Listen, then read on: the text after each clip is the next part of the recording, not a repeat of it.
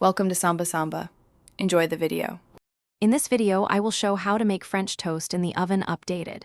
Start by preheating to 375 degrees F and greasing a rimmed baking dish. Whisk eggs, milk, vanilla, cinnamon, and a pinch of salt in a wide bowl. Dip thick sliced bread briefly so it absorbs but stays intact. Arrange slices snugly in the dish, dot with butter, and let rest 5 minutes before baking for consistent custard texture.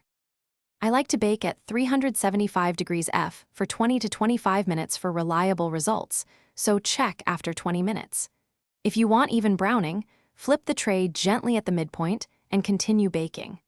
A thermometer reading near 160 degrees F indicates a safe, creamy custard without overcooking.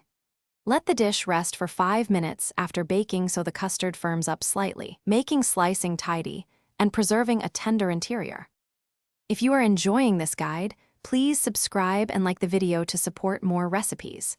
Quick recommendation: the bottle I used on the counter is the Eau à la water bottle, great for staying hydrated while you cook or serve brunch. Check the description for the link and other deals so you can grab one if you want. Thanks for the support, and now let's get back to the video.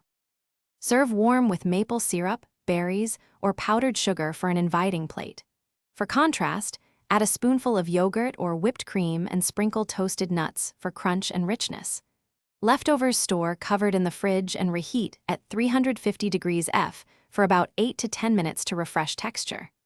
This method keeps mornings simple and flavorful whether serving family or prepping ahead for weekday breakfasts.